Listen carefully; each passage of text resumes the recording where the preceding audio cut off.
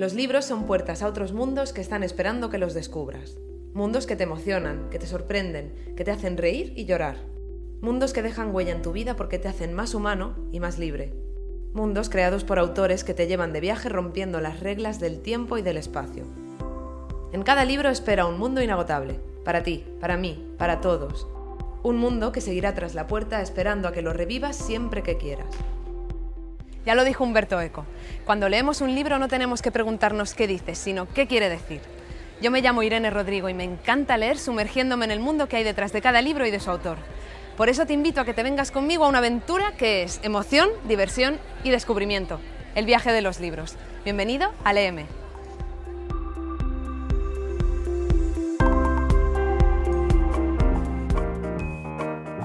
La rayuela se juega con una piedrita que hay que empujar con la punta del zapato.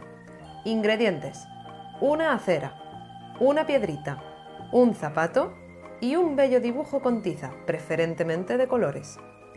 En lo alto está el cielo, abajo está la tierra. Es muy difícil llegar con la piedrita al cielo.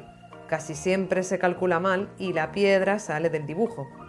Poco a poco, sin embargo, se va adquiriendo la habilidad necesaria para salvar las diferentes casillas: rayuela caracol, rayuela rectangular, rayuela de fantasía, poco usada. Y un día se aprende a salir de la tierra y remontar la piedrita hasta el cielo, hasta entrar en el cielo. Lo malo es que justamente a esa altura, cuando casi nadie ha aprendido a remontar la piedrita hasta el cielo, se acaba de golpe la infancia y se cae en las novelas, en la angustia al divino cohete, en la especulación de otro cielo al que también hay que aprender a llegar. Y porque se ha salido de la infancia, se olvida que para llegar al cielo se necesitan, como ingredientes, una piedrita y la punta de un zapato. Puede que lo hayas olvidado, pero a ti te encanta jugar. ¿O es que no te acuerdas cuando estabas en clase y deseabas que sonara la sirena para irte al patio a jugar con tus amigos? Pero llega un momento en la vida en el que parece que jugar ya no está tan bien visto. Nos hemos hecho mayores y tenemos que ser serios y formales. Y por favor, que nadie nos descubra saliéndonos de nuestro papel de adultos. Pero por suerte hay personas que se encargan de recordarnos que jugar es apto para todas las edades. Y una de estas personas fue el escritor argentino Julio Cortázar. Cortázar amó jugar durante toda su vida y jugó con todo, incluidas sus propias novelas. Hay una de ellas que es el máximo exponente de los juegos de Cortázar, una novela que desde el propio título reivindica la diversión. Se trata de una novela que desafía el arte de los adultos. Es una novela que más de 50 años después de su publicación sigue siendo una provocación para toda la literatura. ¿Te vienes a jugar con nosotros a La rayuela de Julio Cortázar?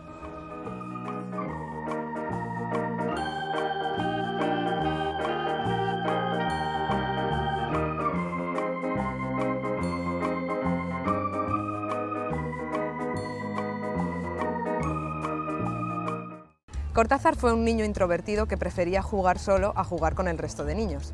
¿Y cómo jugaba solo? Fácil, con el lenguaje. Cortázar inventaba poemas y juegos de palabras, una afición que lo acompañó toda la vida.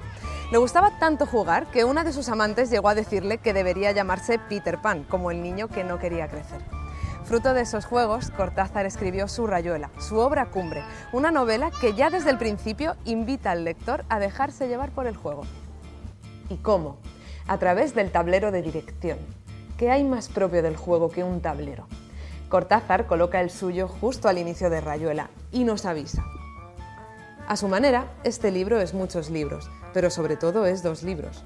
El lector queda invitado a elegir una de las 2 posibilidades siguientes. Es decir, Rayuela es una novela que se puede leer de 2 maneras distintas. La primera empezando por el capítulo número 1 y acabando por el 56, por orden, como se leería cualquier libro. La segunda es la que sigue el orden del tablero de dirección, que empieza en el capítulo número 73, y en el que en el orden normal se van intercalando los capítulos del número 57 al 155. Estos capítulos serán los denominados capítulos prescindibles. De esta manera, el lector va leyendo la novela dando saltos de adelante hacia atrás y viceversa. Julio Cortázar no fue el único en utilizar los capítulos prescindibles en sus novelas. Otros escritores, como Ramón Pérez de Ayala o Enrique Jardiel Poncela, también lo hicieron. Algunos de estos capítulos añaden escenas a la trama principal del libro, pero otros son pequeños fragmentos o recortes de prensa que parecen no tener nada que ver con la historia de la novela. Con estos capítulos, Cortázar estaba intentando practicar eso que ya el dramaturgo Bertolt Brecht había introducido en su teatro, la técnica del distanciamiento. Es lo mismo que hacemos las personas cuando vemos que la emoción nos invade y no nos queremos dejar llevar por ella y damos un par de pasos atrás para contemplar la situación fríamente desde lejos. Cortázar con estos episodios nos está diciendo: para el carro, no te emociones. Aunque esto parezca real, sigue siendo una ficción. Así que ¿son realmente prescindibles estos capítulos? Cada cual tendrá que decidir por sí mismo. De golpe Oliveira se extrañaba andando con la maga. De nada le servía irritarse porque a la maga se le volcaban casi siempre los vasos de cerveza o sacaba el pie de debajo de una mesa justo para que el mozo tropezara y se pusiera a maldecir. Era feliz a pesar de estar todo el tiempo exasperado por esa manera de no hacer las cosas como hay que hacerlas, de ignorar resueltamente las grandes cifras de la cuenta y quedarse en cambio arrobada delante de la cola de un modesto 3. O parada en medio de la calle. El Renault negro frenaba a 2 metros y el conductor sacaba la cabeza y puteaba con el acento de picardía. Parada como si tal cosa, para mirar desde el medio de la calle una vista del Panteón, a lo lejos. Siempre mucho mejor que la vista que se tenía desde la vereda, y cosas por el estilo.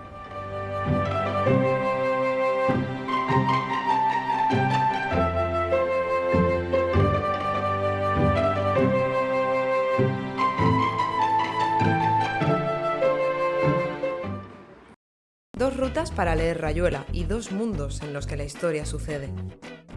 Buenos Aires del lado de acá y París del lado de allá. Julio Cortázar nació en Bruselas en 1914. Tras una temporada viviendo en Barcelona, se mudó con su madre a Buenos Aires después de que ella se separara del padre. En 1951, Cortázar decidió trasladarse a París. Allí, en distintas habitaciones y durante varios años, el escritor compuso su Rayuela, una novela aparentemente sin argumento en la que, como él mismo decía, los personajes se limitan a existir. París, esa ciudad que ha atraído siempre a tantos artistas, escritores y bohemios varios. Julio Cortázar se enamoró de esta ciudad y la hizo protagonista de su Rayuela. Sí, porque en esta novela París es un personaje más que interactúa con el resto. Es una especie de fuerza casi humana que guía y condiciona los destinos de quienes viven en ella. París también guió la vida de Cortázar. Él amaba sus calles y sus cafés y, por supuesto, los incluyó en sus novelas. Por ejemplo, el Café de la Paix, cerca de la ópera, donde también estuvieron Scott Fitzgerald o Ernest Hemingway, entre otros. También la Rue Madame, en cuyo número 32 vivió Morelli, un personaje tan esquivo como determinante para Rayuela, como veremos más tarde. Seguimos con el restaurante Au Chien qui Fume, que aparece varias veces en la novela, por ejemplo, cuando Etienne y Horacio van a visitar precisamente a Morelli. Horacio y la maga viven cerca el uno del otro, en el barrio latino. El primero en la Rue du Sommerant, ella muy cerca de aquí, en la Rue Monge. La magia de París es demasiado amplia como para conquistar a un solo creador. Muchos han sido los directores de cine que se han dejado seducir por el aroma de la capital francesa. Por ejemplo, uno de los míticos, Woody Allen. En una de sus últimas películas, Midnight in Paris, Medianoche en París, el director nos adentra en el pasado de la ciudad tan seductor y libertino. Sigamos con la famosa Amélie de Jean-Pierre Jeunet. ¿Qué sería de esta película sin el telón de fondo del barrio de Montmartre? Algunos de los símbolos de la ciudad también han inspirado películas. Por ejemplo, la famosa película Moulin Rouge, que a su vez está basada en un musical del mismo nombre. La acción de este musical y la de esta película suceden aquí mismo, en el cabaret Moulin Rouge de la zona de Pigalle. París, con su arte incontenible, sigue inspirándonos a todos. Toco tu boca. Con un dedo toco el borde de tu boca. Voy dibujándola como si saliera de mi mano, como si por primera vez tu boca se entreabriera y me basta cerrar los ojos para deshacerlo todo y recomenzar. Hago nacer cada vez la boca que deseo, la boca que mi mano elige y te dibuja en la cara. Una boca elegida entre todas, con soberana libertad, elegida por mí para dibujarla, con mi mano en tu cara. Y que por un azar que no busco comprender, coincide exactamente con tu boca, que sonríe por debajo de la que mi mano te dibuja. Me encanta todo lo que es pasaje, solía decir Julio Cortázar. El metro, el tranvía y, por encima de todo, los puentes. Y si algo abunda en París son precisamente los puentes que conectan ambos lados del río Sena. Cortázar los incluyó en su Rayuela y los convirtió en protagonistas de este conflictivo amor entre Horacio Oliveira y la maga. Y el testigo más importante de este amor será seguramente este puente, el Pont des Arts, desde el cual Horacio Oliveira intuye la figura de la maga. Cortázar veía a los puentes como a las relaciones humanas. Nos unen, nos conectan, pero al mismo tiempo cada ser humano sigue viviendo en su propia orilla del río. Ningún amor ha logrado todavía fundir a dos seres en uno solo. Horacio Oliveira busca esa unión con los otros seres humanos, pero no solo busca eso, también está buscando comprender la vida, alcanzar ese nivel de sabiduría al que solo unos pocos elegidos, como Jesucristo o como Buda, han llegado. En su particular tablero de juego de rol, Horacio Oliveira hace el papel del buscador. Y si nos fijamos, nosotros somos como él, porque constantemente estamos buscando algo. Un cambio de vida, una nueva amistad, una experiencia que nos remueva la adrenalina.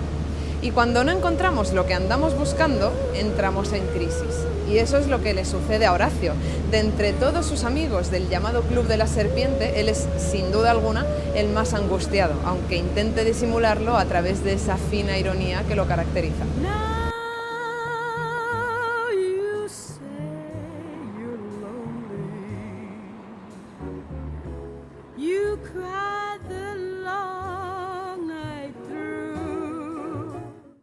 Hay algo que acompaña a Horacio Oliveira en sus crisis existenciales, la música, y especialmente el jazz, un estilo que admite todas las posibilidades, como Rayuela. Y esta novela es en sí misma un homenaje al jazz, especialmente el capítulo número 17, que está plagado de referencias a canciones y a músicos de jazz a los que Cortázar idolatraba, como Louis Armstrong o Ella Fitzgerald. Cortázar admitía que habría sido más feliz como músico que como escritor, y en una ocasión confesó que si hubiera tenido que irse a vivir a una isla desierta, se habría llevado antes su colección de discos que su colección de libros. Pobre Horacio, siempre tratando de llegar al otro lado de la sabiduría sin conseguirlo. Ni siquiera los puentes le valen ya. Se ha dado cuenta de que por muy rodeados de gente que estemos, los seres humanos estamos solos, cada cual consigo mismo. Pero como esa teoría que dice que todos los seres humanos tenemos a un doble pululando por ahí con el que nunca nos encontraremos porque nos repelemos mutuamente, Horacio piensa que las personas, sin darnos cuenta y entre nosotras, formamos lo que él llama figuras. Imaginaos que este es Horacio, imaginaos que esta es la maga. Si Horacio se mueve hacia aquí y la maga se mueve hacia aquí, toda la figura ha cambiado, el universo entero se ha modificado. Cortázar pensaba que, aunque es cierto que las personas estamos solas, todo lo que hacemos tiene una repercusión en la figura universal. Toda decisión personal tiene su coste de oportunidad a gran escala. Aunque el mundo está compuesto de pedazos, todos son necesarios para mantener cierto equilibrio, como el de los simétricos mandalas. Julio Cortázar conoció estos dibujos en un viaje a la India y quedó fascinado por su sobria belleza. De hecho, el primer título que barajó para su novela fue este, Mandala. Pero al final, el juego de la rayuela acabó imponiéndose sobre la meditación ancestral. Rayuela es un juego, y como cualquier juego necesita jugadores, ¿no? ¿Y cuál era el principal jugador para Cortázar? El lector. Cortázar buscaba lo que él mismo llamaba lectores cómplices, es decir, personas que se esfuercen no solo por decidir qué capítulo elegirán leer a continuación, sino también por dar su propia interpretación a las discusiones filosóficas de Horacio y de sus amigos. Lo contrario del lector cómplice sería para Cortázar lo que él llamaba el lector hembra, una denominación por la que muchas veces fue criticado como machista. El lector hembra es la persona que lee lo que Cortázar llama rollos chinos, es decir, novelas que no exigen que el lector se esfuerce por comprender nada. Y el principal blanco de las críticas de Cortázar fue Benito Pérez Galdós. El capítulo número 34 de Rayuela es una crítica a este escritor, después de que Horacio descubra que la maga está leyendo una de sus novelas. ¿Seremos capaces de seguir el ritmo juguetón de Julio Cortázar? Él no ha sido el único escritor que ha retado a los lectores mediante los juegos de palabras. Lewis Carroll ya lo había hecho creando nuevos vocablos para su obra Alicia en el País de las Maravillas. Para construir sus palabras maletín, como él las llamaba, Carroll unía dos vocablos que ya existían y creaba así neologismos que solamente él sabía utilizar. Y por aquel entonces James Joyce ya había publicado su famoso Ulises, que por cierto era la novela preferida de Julio Cortázar. En esta obra tan fragmentaria y llena de acertijos, el lector debe cuestionarse constantemente su percepción del mundo, para así tratar de adivinar lo que James Joyce intenta decirnos con su críptico lenguaje. Parece como si estos escritores quisieran recordarnos que en el fondo seguimos siendo niños deseosos de descontrolar, de jugar, de improvisar. Pero nosotros, ¿estamos dispuestos a cogerles de la mano y a salir con ellos a jugar al patio? ¿Seguimos queriendo divertirnos como niños? Vamos a averiguarlo. Me gusta jugar a algunos juegos, digamos, un poco de mesa. Por ejemplo, aparte me gusta jugar al ajedrez, me gusta jugar a las damas. Hombre, me ha gustado siempre los juegos de azar, sobre todo pues las adivinanzas, cosas de estas, juegos de mesa, sin tampoco de mucho pensar ni nada de eso. No soy un buen jugador de ajedrez ni nada de eso, pero se me da bien el parchís. Baloncesto. Tengo un trabajo en el que juego mucho, me encanta, porque tiene que ver con la psicología y con la mente. Ajedrez, o puedes jugar a leer libros, que es una forma de jugar con la imaginación. Lo que no he jugado nunca es a los juegos estos de rol que hay ahora, eso es la verdad, eso nunca lo he hecho. Pero no tengo mal perder. Sí, remuevo las fichas cuando veo que voy a perder, pero nada más. Hay muchas oportunidades, pero probablemente no las vemos, o quizá no nos las ponen delante, ¿no? Yo creo que la gente, sobre todo la adulta, se concentra demasiado en el trabajo, que también es importante, pero hace falta un ocio también, no solo trabajar y... No hay que tomarse el juego como una adicción, pienso yo que eso sí que puede ser terrible, pero como toda la vida dicen que ningún veneno en sí es tóxico, solo la dosis es el que lo convierte en letal. Pues cualquier juego es bueno mientras no te obsesione, pero a todos los niveles, juego de seducción, juego de mesa, juego de lo que sea. Procuro tomarme la vida un poco como un juego, aunque no siempre es posible, porque la realidad te obliga a mantener los pies en el suelo, ¿no? Pero procuro tener esa relatividad del juego. Es que hay muchos juegos, está el juego amoroso, está el juego... La palabra juegos abarca mucho. Hombre, si el juego lo asociamos a lo lúdico de la vida o a las relaciones afectivas que nos unieron y cómo nos condicionan, sí, claro que sí. Por supuesto que sí. Hay que jugar siempre, siempre. Además en todo tipo de cosas. En el amor, en la vida, en las relaciones. Es un juego, que se lo tome muy en serio, no vas a salir vivo de aquí, o sea que tómate lo mejor posible. No, yo creo que todo el mundo juega, lo que pasa es que probablemente no sabe que está jugando, ¿no?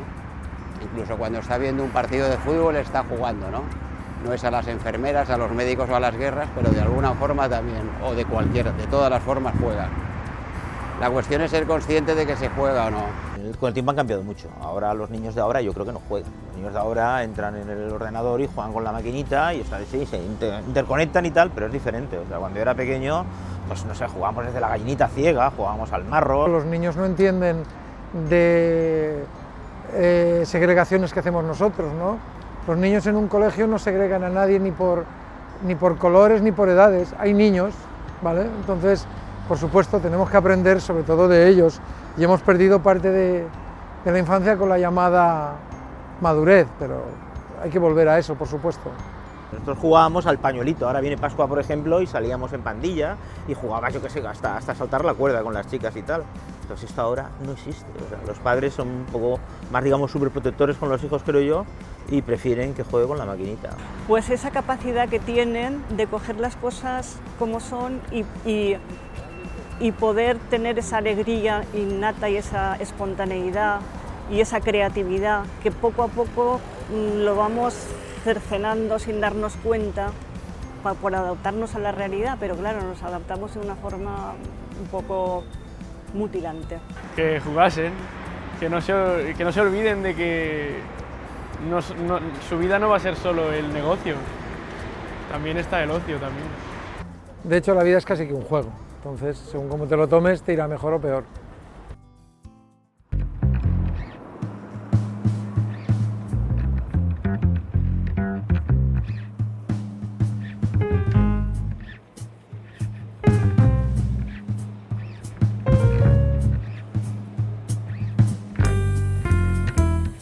Todos podemos odiar en algún momento dado a una persona, aunque en el fondo la queramos muchísimo.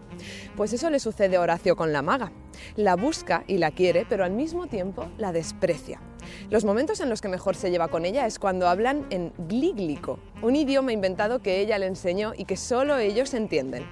El capítulo número 68 de Rayuela está totalmente escrito en glíglico y es curioso porque aunque no podamos entender el significado de cada palabra en particular, sí que podemos percibir el sentido global de todo el texto. ¿Lo quieres comprobar?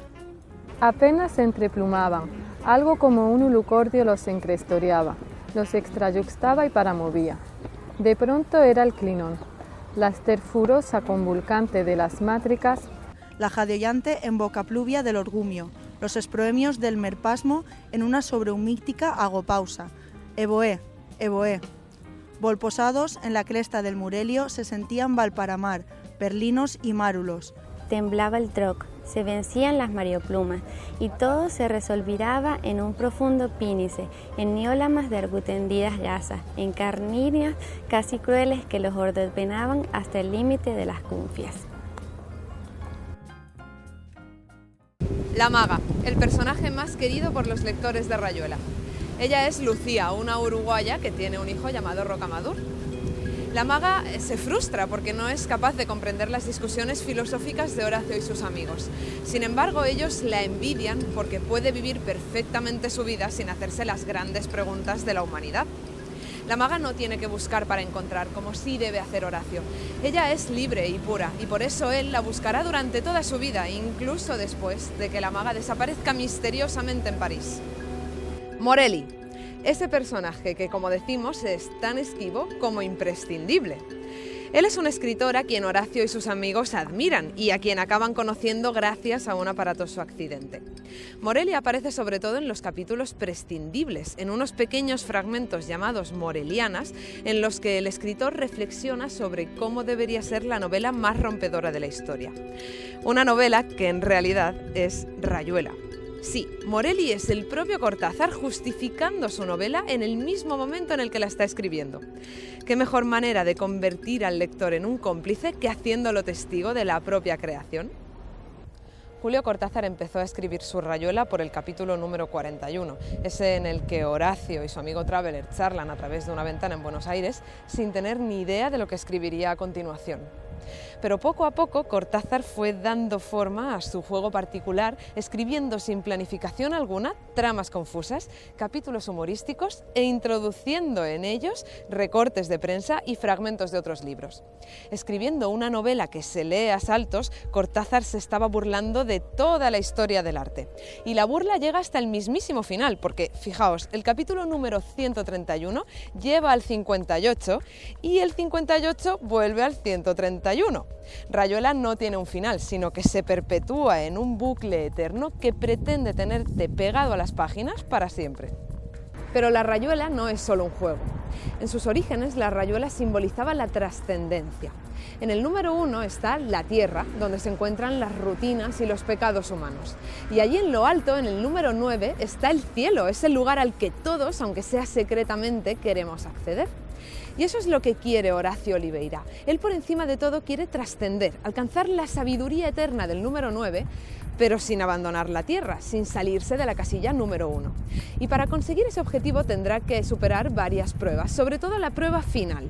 Una prueba tan críptica que solamente el lector podrá decidir si Horacio Oliveira la ha superado o si ha fallado en el intento. Julio Cortázar fue uno de los representantes del llamado boom de los escritores latinoamericanos.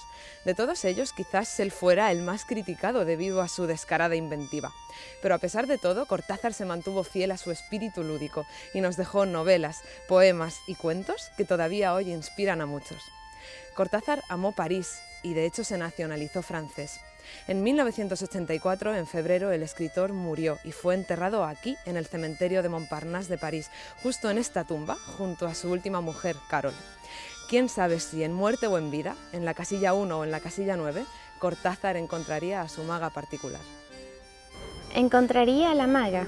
Tantas veces me había bastado asomarme, viniendo por la Rue de Seine, al arco que da el Quai de la Conti. Y apenas la luz de ceniza y olivo que flota sobre el río me dejaba distinguir las formas.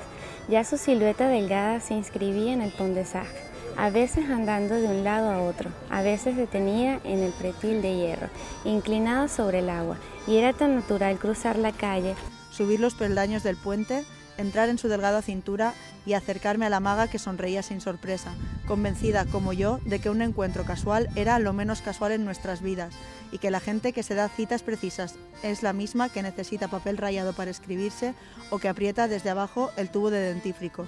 Preferíamos encontrarnos en el puente, en la terraza de un café, en un cineclub o agachados junto a un gato en cualquier patio del barrio latino. Andábamos sin buscarnos, pero sabiendo que andábamos para encontrarnos. Si jugamos como hace la maga, nos dirán que somos como críos.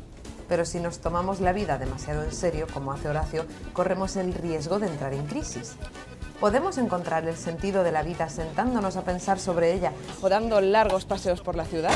Eso es lo que parece que nos pregunta Cortázar en su Rayuela. Pero además parece que nos advierte de algo, de que quizás estamos confundiendo la estrategia y que para trascender, para ser cada día un poquito más sabios, a lo mejor solo tenemos que vivir como hacen los niños, inmersos en el momento presente, en el aquí y en el ahora. ¿Quién sabe cuál es el camino que tenemos que tomar en nuestro tablero de dirección de la vida? Pero ya que estamos condenados a jugar con él, al menos hagámoslo divirtiéndonos.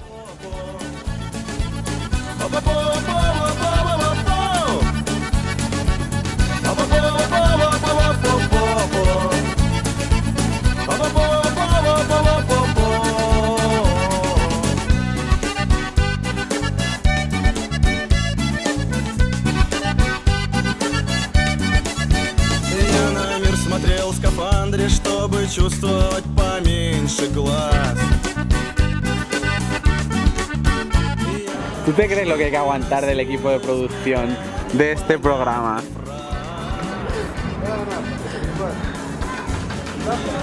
Pues ya aparecerán, míralos. Que hemos venido a trabajar, ¿sabes?